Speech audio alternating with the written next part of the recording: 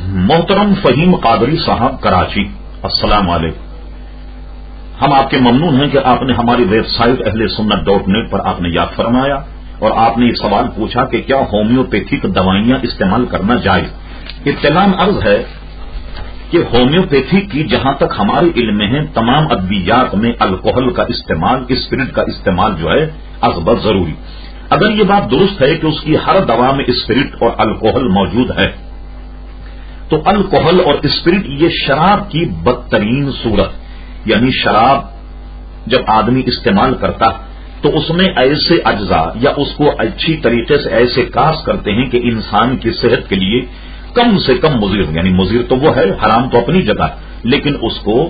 مضر اثرات سے روکنے کے لیے کچھ اور چیزیں ان میں شامل کی جاتی، مگر یہ اسپرٹ اور گویا الکوہل یہ ایک شراب کی بدترین صورت۔ اگر ہومیوپیتھی کی دواؤں میں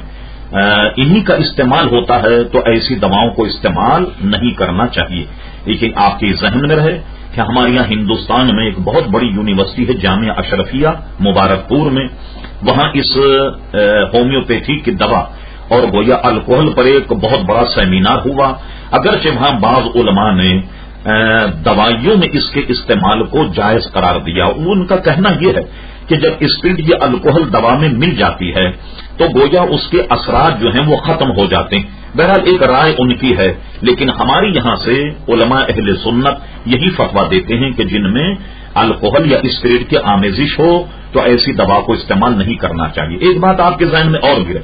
کیا یہ بتائیے کہ علاج جو گویا بیماری آپ کو لاحق تو کیا ہومیوپیتھی کے علاوہ کوئی اس کا نیمل بدل موجود نہیں؟ جب اس کا نیمل بدل موجود ہے جو بغیر ہومیوپیتھک اور اسپرٹ کے علاج کرنا اس سے ممکن ہے تو آپ اس علاج کی طرف رجوع کریں کہ جس میں کوئی حرام یا ناپاک چیز کی آمیزش نہ ہو۔